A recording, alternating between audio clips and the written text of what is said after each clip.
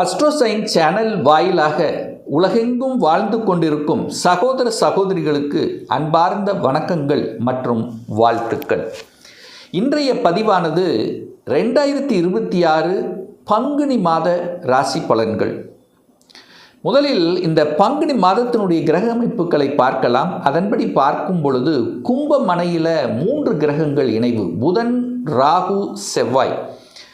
இந்த புதன் பகவானானது பங்குனி மாதம் 28ஆம் தேதி மீனமனைக்கு டிரான்சிட் ஆகுது. அதே போல் செவ்வாய் பகவான் பங்குனி மாதம் 20ஆம் தேதி, அதாவது 3/4/2026 அன்று கும்பத்திலிருந்து மீனமனைக்கு பெயர்ச்சி அடைகிறது. அதே போல் மீனமனையில் பார்த்தீங்கன்னா 3 கிரகங்கள் இணைவு: சூரியன், சனி, சுக்கிரன். இந்த 3 கிரகங்கள் மீனத்தில் இருக்குது. இதில் சுக்கிரன் பங்குனி மாதம் 12ஆம் தேதி மேசமனைக்கு டிரான்சிட் ஆகுது. குரு பகவான் மிதுனத்தில் இதுவரைக்கும் வக்ரமாக இருந்தார். இப்போது வக்ர நிவர்த்தி அடைந்து அந்த குருவின் பார்வையால் பலம் பெறக்கூடிய அந்த துலாம் வீட்டையும் தன்னுடைய தனுசு வீட்டையும் கும்ப வீட்டை பார்த்து பலப்படுத்துகிறார் அப்படின்னு நம்ம எடுத்துக்கலாம். கேது பகவான் சிம்மத்தில், இந்த மாத தொடக்கத்தில் சந்திரன் மகரத்தில். ஸோ இந்த கிரக அமைப்புகளை வைத்துக்கொண்டு இந்த பங்குனி மாதம் என்ன பலன், எப்படி இருக்க போகுது, என்ன தெய்வ வழிபாடு, எதை செய்தால் நல்லது என்பதை டீட்டெயிலாக நம்ம 12 ராசிகளுக்கும் பார்க்க போகிறோம். நம்ம சேனலை நீங்கள் ஃபஸ்ட்டு டைம் பார்ப்பவர்கள் என்றால் மறக்காமல் சப்ஸ்கிரைப் பண்ணிக்கிங்க. சிம்ம ராசி அன்பர்களே, இந்த பங்குனி மாதம் என்ன மாதிரியான பலனை தரும் அப்படின்னு பார்க்கும் பொழுது, உங்கள் ராசிநாதன் என்று சொல்லக்கூடிய சூரிய பகவான் 8ஆம் இடத்துல போய் உட்கார்ந்துருக்கார். அட்டமஸ்தானத்தில் போய் உட்கார்ந்துருக்கு. ஸோ பொதுவாகவே ராசிநாதன் 8ல் இருக்கும்போது மனதில் சில குழப்பங்களை கண்டிப்பாக ஏற்படுத்தும். நெகட்டிவ் விஷயத்துக்குள்ளே போகக்கூடாது. கோபம், ஆக்ரோஷம் என்பது இயல்பாகவே இந்த மாதம் கொஞ்சம் அதிகமாக இருக்கும். அதுவும் பார்த்திங்கன்னா 6ஆம் அதிபதியாக இருக்கக்கூடிய கடன், நோய், எதிர்ப்பு, பகையை தரக்கூடிய அந்த சனி பகவானோட சேருது. அப்போ சூரியனும் சனியும் இணையும் போது இங்கே எரிச்சல் ஊட்டக்கூடிய சில தன்மைகளை உருவாக்கும்.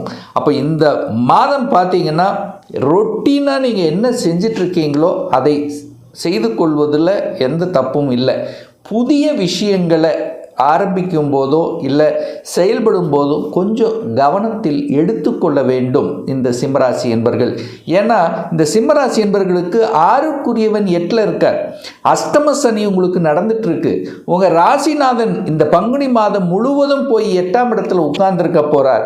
அப்போது எதிர்மறை எண்ணங்களை தோன்றும். நெகட்டிவ் விஷயத்துக்குள்ளே மட்டும் போகாதீங்க. 8ஆம் இடம் என்பது ஒரு வலிவேதனை சொல்லக்கூடிய இடம் என்று சொன்னாலும் திடீர் அதிர்ஷ்டமும் அங்கே இருக்குங்கிறதையும் ஞாபகத்தில் வச்சுக்கலாம். அப்போது கொஞ்சம் உழைப்பு அதிகமாக போட வேண்டியிருக்கும். கொஞ்சம் அலைச்சல், திருச்சல், டென்ஷன், ப்ரெஷருங்கிறது கண்டிப்பாக இருக்கும். உங்கள் மேல் அதிகாரிகளை பகைத்து கொள்ளக்கூடாது என்பதை ஞாபகத்தில் வைத்து கொள்ளுங்கள் இந்த சிம்மராசி அன்பர்கள். பொருளாதாரம் சார்ந்த விஷயங்கள், தனம் சார்ந்த விஷயங்கள் எப்படி சார் இருக்கும்னு பார்த்தா 2ஆம் இடத்தை பார்க்கணும். அந்த 2ஆம் அதிபதியாக இருக்கக்கூடிய புதன் பகவான் 7ஆம் இடம் என்று சொல்லக்கூடிய திருமணஸ்தானத்தில் அமர்ந்து கொண்டு குருவினுடைய பார்வை பெற்றிருக்கு. அப்போது உங்கள் குடும்ப உறுப்பினர்கள் அல்லது உங்கள் மனைவி அல்லது கணவன் பேச்சை கேட்டு நடப்பது இந்த மாதம் சிறப்பை தரக்கூடிய அமைப்பு நிச்சயமாக உண்டு.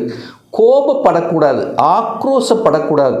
ஏன்னா ராகுவோடு சேர்ந்துருக்கு. சில சமயங்களில் கோபம், ஆக்ரோஷம், பிடிவாதம் என்கின்ற தன்மைங்கிறது கண்டிப்பாக சிம்மத்துக்கு ஏற்படுத்தும். அப்போ மிகப்பெரிய பலகீனம் அப்படின்னா கோபப்படுறது, ஆக்ரோஷப்படுறது. நிதானம், பொறுமை என்பது ரொம்ப ரொம்ப அவசியம் சிம்மராசி அன்பர்களுக்கு அப்படின்னு நம்ம எடுத்துக்கலாம். அதே சமயத்தில் பேச்சு கூட வளைவு நெளிவு சுழிவாக செயல்பட வேண்டும். இடத்துக்கு தகுந்த மாதிரி செயல்படணுங்கிறத ஞாபகத்தில் வச்சுக்கோங்க. ஏன்னா புதன் நல்லதாக இருக்கார், குருவின் பார்வையில் இருக்குது, ஆனால் ராகு இருக்குது. அளவுக்கு அதிகமான ஒரு ஆசைப்படுவது, பேராசைப்படுவது அப்படிங்கிறது கொஞ்சம் தவிர்க்கப்பட வேண்டும் என்பதை மனதில் வச்சுக்கோங்க. 3ஆம் அதிபதி, முயற்சி ஸ்தானத்தின் அதிபதி, தைரிய வீரியத்தை கொடுக்கக்கூடியவன் சுக்கிரன். அந்த சுக்கிர பகவான் உச்சபலத்தோட வலிமையாக இருக்கார். 10க்குரியவன் உச்சபலம், வேலை உண்டு. ஆனால் வேலையில் கொஞ்சம் இடைஞ்சல்களும் உண்டு. ஏன்னா 10க்குரியவன் 8ல் உட்காந்துருக்காரா, அப்போ 10 என்பது தொழில் அப்படின்னாலும் 8ங்கிறது ஒரு வழி கொடுக்கக்கூடிய அமைப்பு தான். அதை வழின்னா கொஞ்சம் அலைச்சல் திருச்சல் இருக்கும், கொஞ்சம் நேரம் எச்ச வேலை செய்கிற மாதிரி இருக்கும், நல்லா செஞ்சுட்டுனா கூட ஏதாவது ஒரு குறை சொல்லுகின்ற அமைப்பில் இருக்கும். ஸோ இந்த மாதிரி இருக்கும். நீங்கள் பயப்பட வேண்டிய அவசியம் என்பது இல்லை.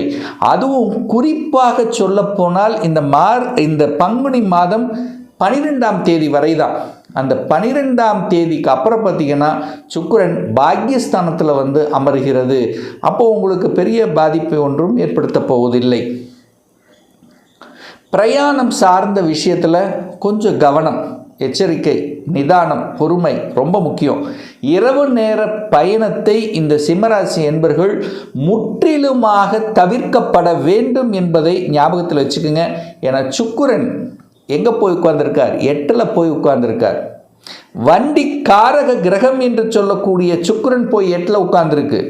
அப்போ என்ன, வாகனம் ஓட்டும்போது அதுவும் குறிப்பாக இரவு நேரத்தில் முற்றிலுமாக தவிர்க்கப்படணும் அப்படிங்கிறத மைண்டில் வச்சுக்கோங்க. சுகஸ்தானத்தை பெருக்கிக் கொள்ளக்கூடிய தன்மை உண்டா அப்படின்னு கேட்டால் 4ஆம் அதிபதியை பார்க்கணும். 4ஆம் அதிபதி எங்கே இருக்கார்? 7ஆம் இடத்தில் அமர்ந்து கொண்டு உங்கள் ராசியை பார்க்கிறார். குருவின் பார்வையில் இருக்குது. இடம், நிலம், வீடு, வண்டி, வாகனம் இதெல்லாம் வாங்கிக்கலாம். வாங்குவதற்கு எந்த தடையும் இல்லை. அதுவும் இந்த பங்குனி மாதம் 12ஆம் தேதிக்கு அப்புறம் ரொம்பவே நல்லா இருக்க போகுது. தாராளமாக வாங்கிக்கலாம்.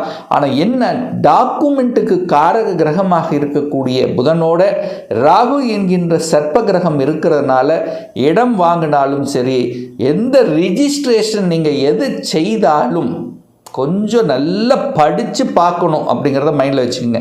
ஏன்னா புதனோட ராகு வில்லங்க கிரகம். அப்போது நமக்கு ஏதாவது வில்லங்கம் இருக்கா அப்படிங்கிறத செக் பண்ணணும் இந்த காலகட்டம் என்பதை ஞாபகத்தில் வைத்து கொள்ளுங்கள் இந்த சிம்மராசி அன்பர்கள். 5க்குரியவன் பூர்வ புண்ணியஸ்தானத்தின் அதிபதி, பஞ்சமஸ்தானத்தின் அதிபதியாக இருக்கக்கூடிய குரு பகவான் 11ஆம் இடமான லாபஸ்தானத்தில் இருப்பதும், அதுவும் இப்போ வக்ர நிவர்த்தி அடைந்து இருப்பதும் ஒரு நல்ல அமைப்பு. குரு நல்லா இருக்கு. சிம்மத்துக்கு குரு சூப்பரான ஒரு நல்ல தன்மை கொடுக்கிறார். குரு எங்கே சிம்மத்துக்கு 5க்குரியவன் அல்லவா, பூர்வ புண்ணியஸ்தானத்தின் அதிபதி அல்லவா, அந்த குரு 5ஆம் இடத்தையே பார்க்கிறார். தன் வீட்டை தானே பார்த்து வலுப்படுத்தக்கூடிய அமைப்புங்கிறது பிரகாசமாக இருக்கிறது. இந்த சிம்மராசி என்பவர்களுக்கு குழந்தை பாக்கியத்துக்காக முயற்சி எடுத்து அதில் தோல்வி அடைந்து நிறைய செலவு செய்து ஒரு மாதிரியான ஒரு வருத்தத்தில் இருக்கக்கூடிய சிம்மத்துக்கு இந்த பங்குனி மாதம் சிறப்பை தரும். அப்போ குழந்தை பாக்கியத்தை அமைத்து கொடுக்கக்கூடிய ஒரு மாதம். எத்தனை இஷ்ட தெய்வங்களை வழிபட்டீங்க, எத்தனை பிரார்த்தனை எடுத்தீங்க. குலதெய்வத்தின் அருள் கடாட்சம் இந்த மாதம் பரிபூர்ணமாக இருக்கிறது. அப்போ ஒரு தடவை இந்த மாதம் பங்குனி மாதம் குலதெய்வத்தை சென்று வழிபட்டு வந்தீர்கள் என்றால் நிச்சயமாக உங்கள் ஆசைகள், உங்கள் எண்ணங்கள், செயல் சிந்தனைகளில் ஒரு நல்ல ஒரு மகிழ்ச்சி தரக்கூடிய தன்மையை கொடுத்துவிடும். பதவி கொடுக்கும், திடீர் பதவி, திடீர் அதிர்ஷ்டம் அப்படின்னு சொல்லுவோம் பார்த்தீங்களா. அந்த முன்னோர்களினுடைய ஆசீர்வாதம், குலதெய்வத்தின் ஆசீர்வாதத்தோட ஒரு நல்ல விஷயம், நல்ல செய்தி கொடுக்கக்கூடிய ஒரு அமைப்பில் இந்த சிம்மத்துக்கு உண்டு. எவ்வளவோ ஒரு மன அழுத்தம், மனம் சார்ந்த விஷயத்தில் ஒரு சங்கடங்கள், எதையாவது நினைத்து கொண்டு வருத்தப்பட்டு கொண்டு இருந்தாலும் ஒரு சந்தோஷத்தை தரக்கூடிய செய்தி நிச்சயமாக உங்கள் பூர்வ புண்ணிய அடிப்படையில் உண்டு அப்படிங்கிறத நம்ம ஸ்ட்ராங்காக சொல்லலாம். ஏன்னா குரு என்கின்றவர் ஒரு நல்லவர். குரு அப்படிங்கிறது நல்லவர். நம்ம ஏன் சொல்கிறோன்னா, காலச்சக்கரத்தினுடைய 9வது வீடு, 9வது அதிபதி யார்? தனுசு மனை. அதன் அதிபதி குரு. அந்த குரு எங்கே இருந்து பார்த்தாலும் அந்த இடத்தை வளர்க்கக்கூடிய அமைப்புங்கிறது இயல்பாகவே உண்டு. அப்போ அந்த குரு பகவான் 5ஆம் இடத்தை பார்த்து வலுப்படுத்துகிறார், உங்கள் பூர்வ புண்ணியத்தை வலுப்படுத்துகிறார் அப்படின்னு நம்ம எடுத்துக்கலாம். 6ஆம் அதிபதி 8ல் போய் உட்கார்ந்திருக்கார். கடன் விஷயத்தில் கவனமாக இருக்கணும். 6க்குரியவன் தனக்கும் 3ஆம் இடத்தில் இருக்கார், வளர்ச்சி ஸ்தானத்தில் இருக்கு. அப்போ கடனை வளர்ப்பேன் என்கின்ற தன்மை இந்த காலகட்டம் இருக்கின்ற காரணத்தால் கடன் விஷயத்தில் கவனம், எச்சரிக்கை, நிதானம் ரொம்ப முக்கியம். தன்னுடைய கெப்பாசிட்டிக்கு மேலே கடன் போகக்கூடாதுங்கிறதுல ஸ்ட்ராங்காக மனதில் பதிவு வைத்து கொள்ளுங்கள்.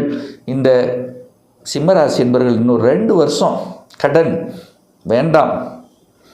கடனை கொடுப்பதும் கடனை வாங்குவதும் ஜாமீன் கையெழுத்து யாருக்காவது போடுவதும் இதெல்லாம் முற்றிலுமாக தவிர்க்கப்பட வேண்டும் என்பதை ஆழமாக மனதில் பதிவு வைத்து கொள்ளுங்கள். ஹெல்த்லேயும் அக்கறை எடுக்கணும். இது வரைக்கும் ஹெல்த் விஷயத்தில் கொஞ்சம் அசால்ட்டாக இருந்தவங்கெல்லாம் இப்போ கொஞ்சம் கேர் எடுக்கணும் என்கின்ற எண்ணத்தை தூண்டும். ஒரு செக்கப் பண்ணணும், ஒரு மாத செக்கப் பண்ணணும், ஏதோ இருக்கிற மாதிரி இருக்குது. இந்த ஹெல்த் 6க்குரியவன் 8ல் இருக்கும்போது கண்டிப்பாக உங்களை தூண்ட செய்வார். கால் வலி கண்டிப்பாக இருக்கும். கால் வலி, கொட்டச்சல் இருக்கக்கூடிய தன்மை, வயிற்று சம்பந்தப்பட்ட ஜீரணம் சம்பந்தப்பட்ட தொந்தரவுகள் வருவதற்கான வாய்ப்புகள் சந்தர்ப்பங்கள் நிச்சயமாக உண்டு. சூரியன் 8ல் போய் உட்கார்ந்துருக்கார். தகப்பன் சார்ந்த விஷயத்தில் கவனம். தகப்பனுடைய ஹெல்த்தை கொஞ்சம் அக்கறை எடுத்துக்கணும். தகப்பனோட சண்டை போடக்கூடாது. அரசாங்க விஷயத்தில் கவனமாக இருக்கணும். அரசாங்க காரியங்களில் கரெக்டாக இருக்கணும். சூரியன் 8ல் இருக்கு. அரசு வேலையில் இருப்பவர்கள் கொஞ்சம் ஸ்ட்ரெஸ் இருக்கும். மேல் பதவியில் இருப்பவர்கள் கொஞ்சம் அனுசரித்து போகணும். கண்டிப்பாக சூரியன் சனி இருக்கார். உங்களுக்கு கீழே வேலை செய்பவர்கள், நீங்கள் ஒரு உயரதிகாரியாக இருந்தால் உங்களுக்கு கீழே வேலை செய்பவர்களை கொஞ்சம் அனுசரித்து போகணும் அப்படிங்கிறதையும் மைண்டில் வச்சுக்கோங்க. கோபப்பட வைக்கும், ஆக்ரோஷப்பட வைக்கும். எப்போ? அது குறிப்பாக சொல்லப்போனால் பங்குனி மாதம் 20ஆம் தேதிக்கு அப்புறம் பார்த்தீங்கன்னா சூரியன் செவ்வாய் சனி இந்த 3 கிரகங்கள் 8ஆம் இடத்துல போய் அமர இருக்கிறது. அப்போது கண்டிப்பாக கோபம் வரும். கோபத்தை தவிர்க்கப்பட வேண்டும். மிக முக்கியமாக சொல்லப்போனால் அவசர முடிவெடுத்து எந்த ஒரு விஷயம், அதாவது அது குறிப்பாக சொல்லப்போனால் வேலையில் கோபப்பட்டு ஆக்ரோஷப்பட்டு வேலை விட்டுறக்கூடாது. எக்காரணத்தை கொண்டும் விட்டுறக்கூடாது. ஏன்னா அஷ்டம சனி நடந்துகிட்ருக்கு. ஏதோ ஒரு வகையில் ஒரு டெம்ப்டை கொடுக்கக்கூடிய அமைப்பு இருக்குது. ஆனால் அதே சமயத்தில் திடீர் ப்ரமோஷன், ஒரு சிலருக்கு திடீர் மாற்றத்தை கொடுக்கக்கூடிய ஒரு நல்லது நடக்கக்கூடிய அது திடீர்னு தான், ஏன்னா குருவால் நடக்கக்கூடிய அமைப்புங்கிறது இந்த மாதம் இருக்கவே இருக்கிறது அப்படிங்கிறத ஸ்ட்ராங்காக நம்ம சொல்லலாம். இப்போ நான் சொன்னது கோச்சார ரீதியாக இந்த பங்குனி மாதத்துக்குரிய ஒரு பொதுவான பலன்கள். இந்த ராசி நட்சத்திரத்தில் பார்த்தீங்கன்னா பல கோடிக்கணக்கான பேர் இருப்பீங்க. எல்லாருக்கும் ஒரே பலன்னா கண்டிப்பாக இல்லை. ஏன்னா ஒவ்வொருத்தரும் டிஃப்ரெண்ட்டு. ஒவ்வொருத்தருடைய தசாநாதன், புத்திநாதன், அந்தரநாதன் கண்டிப்பாக வேறுபடும். இந்த பலனை குறைஞ்சது ஒரு 3 மாதம் பாருங்கள். கரெக்டாக சூட் ஆகலைன்னா கண்டிப்பாக உங்கள் தசாநாதனுடன் 6, 8, 12ஆம் அதிபதி சேர்ந்திருக்கும் அல்லது பாவகிரகங்களினுடைய தொடர்பில் கண்டிப்பாக இருக்கும். ஒரு துல்லிய பலன் வேணும்.